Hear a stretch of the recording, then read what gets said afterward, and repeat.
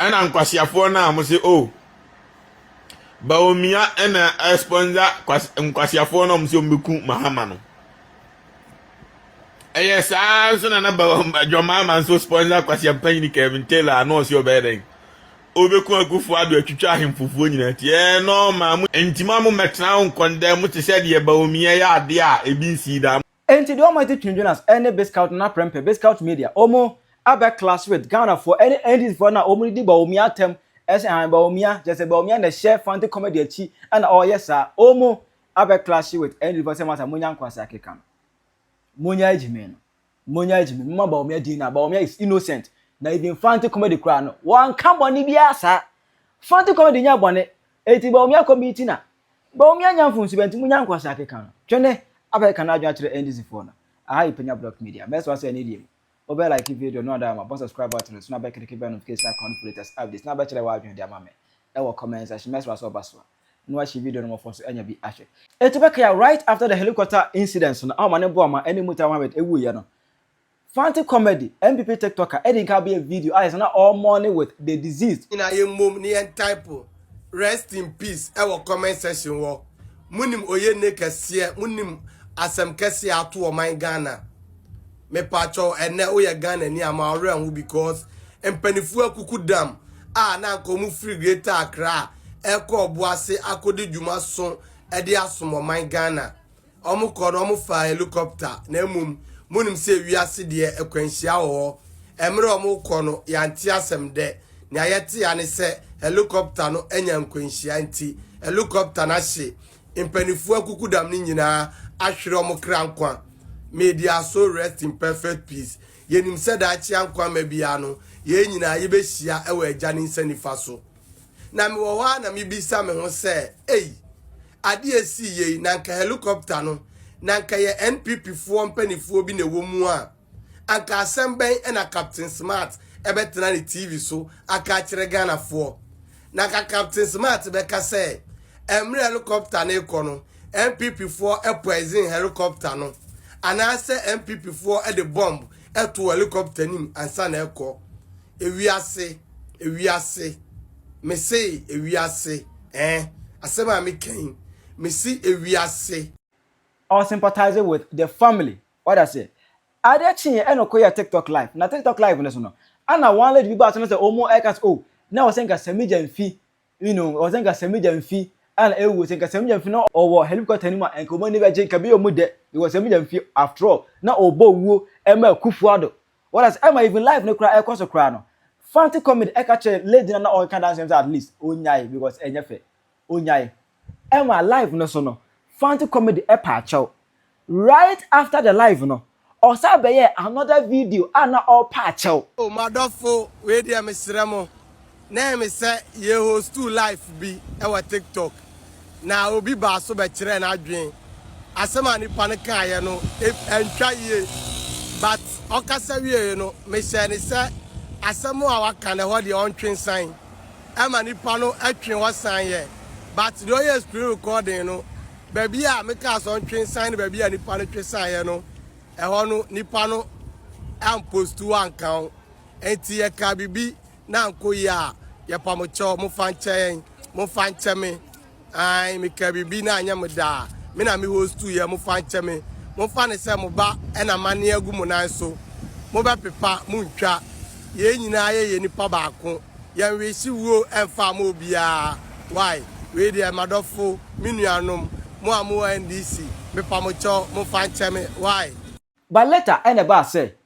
fancy comedy police for akwa kwatino ni nyina fan live stream no host ye no or akasa de one can asem ni bi but omo mu ba so and be can dance sem no but amafo James abetment of crime na amafo enya the whole issue no wrong every say omo just say what threat so be kuma hama any other no threat but dance sem no Ghana jollof and I can dance sem no but as omo dey target fancy comedy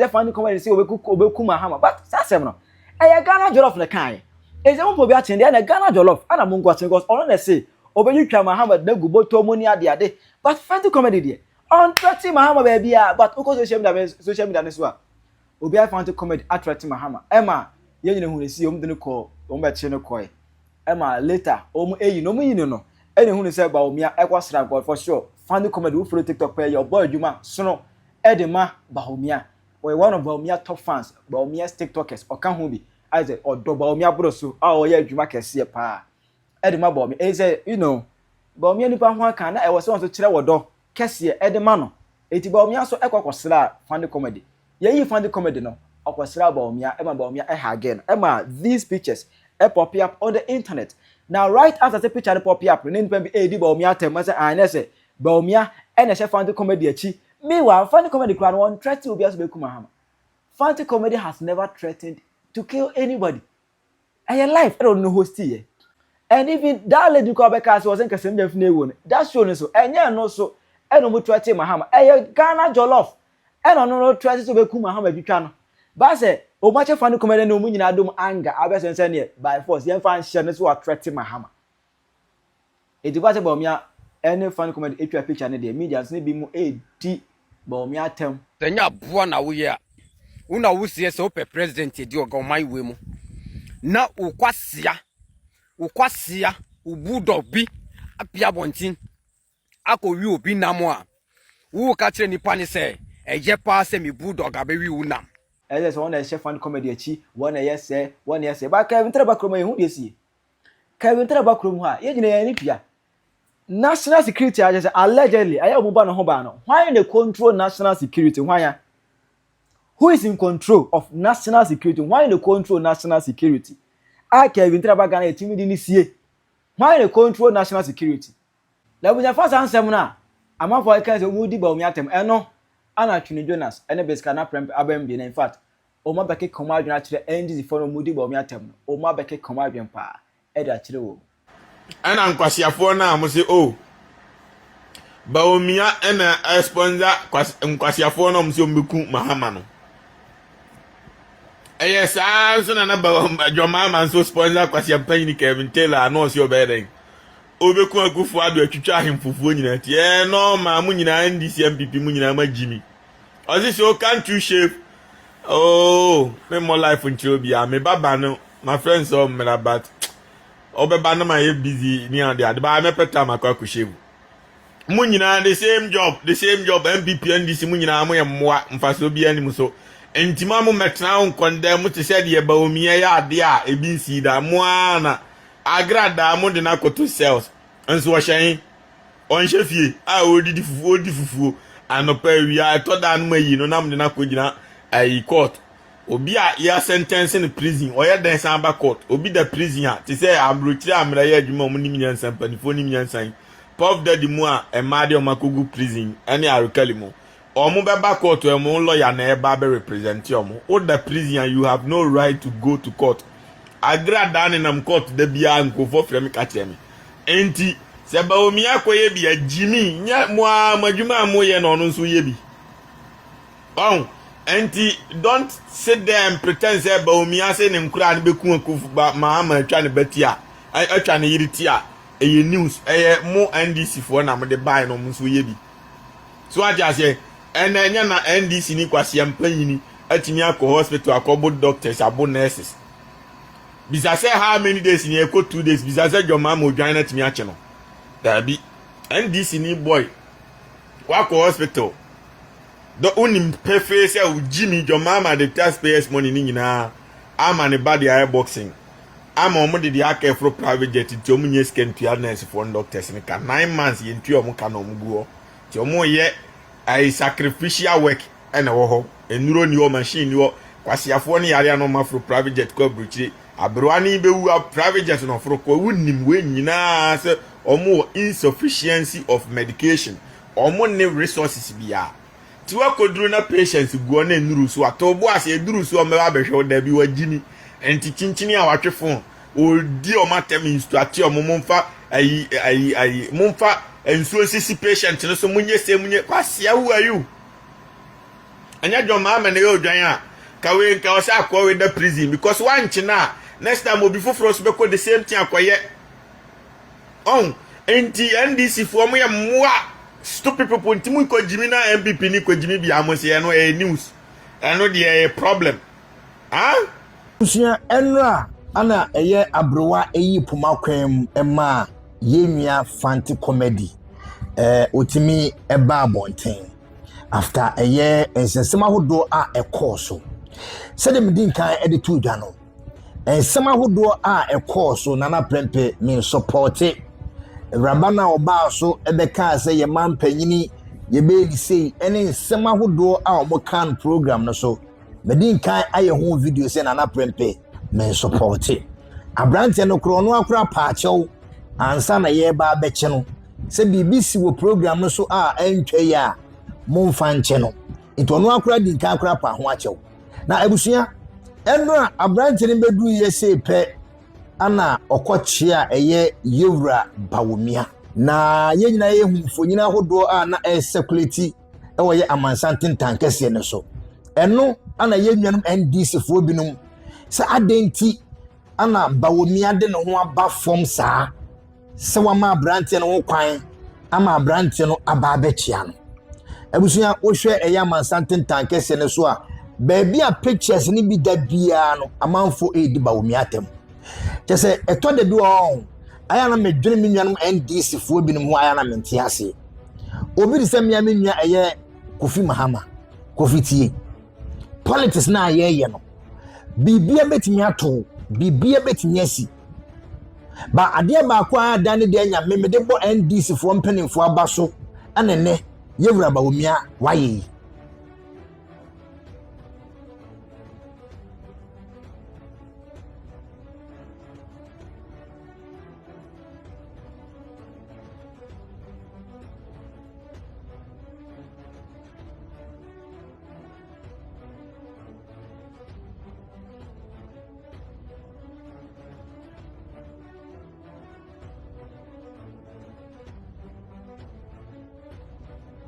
Impempi no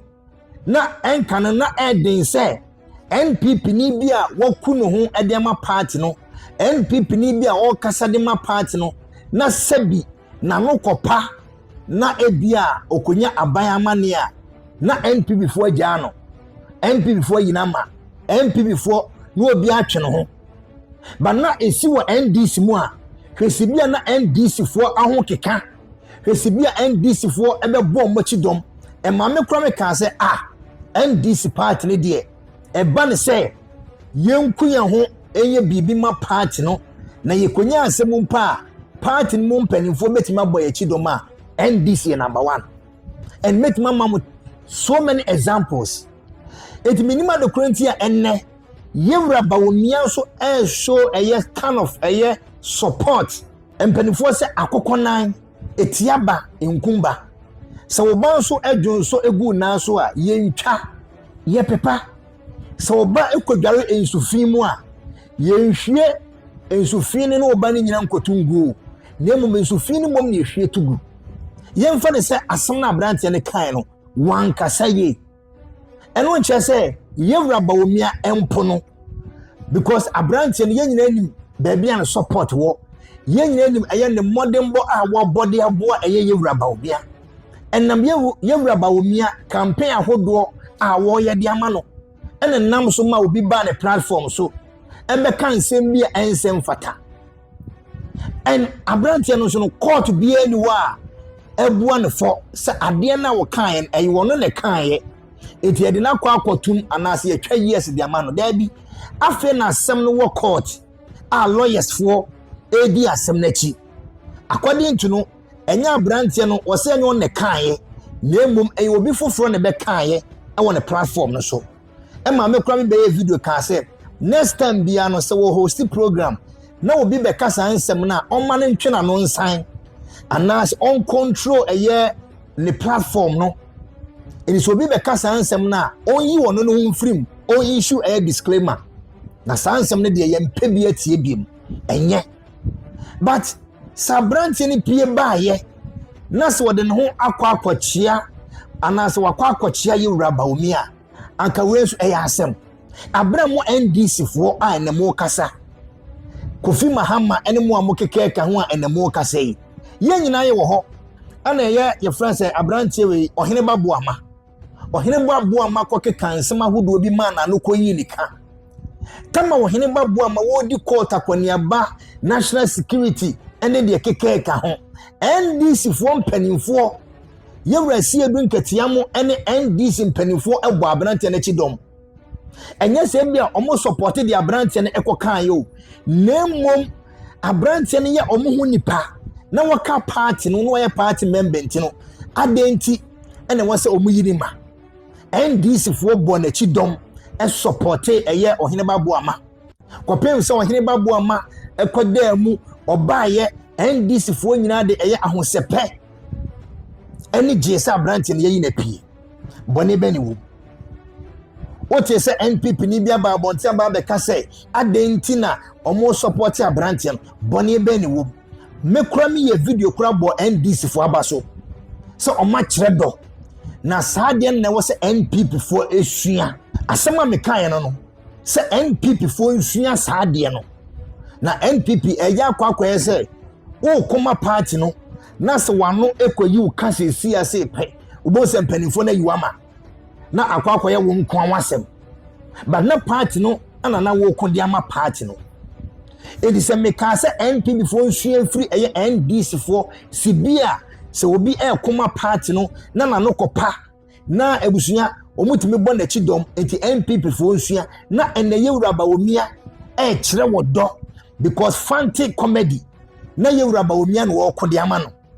fancy comedy na wo ko de ma NPP amanyoku no ana asem ekoto no enti bone be ne wom se yewura Bawumia awo kam no ene na twanfonyini na abrante no so ada yewura Bawumia se mamemam eye another example ebra 2012 ye to abawie ye amentime ho ase esori ye ema ekopie mu court eye petitions ahodo ne ade ekopie mu court I stand to be corrected abrantie na wo koma eye NDC anase mrantie na wo koma eye NDC aye from Montie 3 abrantie baako awowom ene wo keke ka ho Mugabi ene de keke ka ho wo kasaya ma wo de abufuo so kasaya ma ebi kurati aye Supreme Court omo kasa wo abufuo so emebi mpo etia ye Supreme Court I stand to be corrected edi ebe ne siye emra no eye na adwuma ema mrantie no esan nsema no omo ka no na ani soso na omo bo court no hu na omo kan nsema kese atemdidie ene threaten ne ade ekokọ so I stand to be corrected ema sabi yadom koto eye afiase yadom koto afiase o ye satam ne man panyi Dramani Mahama ene yo man panyi yadom koto afiase no ye man panyi Dramani Mahama emma omo presidential pardon. The Supreme Court is set to rule on the fate of the Montie 3, which is a case that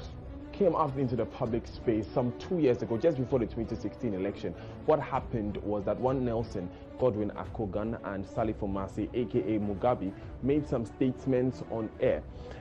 Now, they made derogatory statements towards the Chief Justice at the time, and then made some insulting statements towards some particular judges.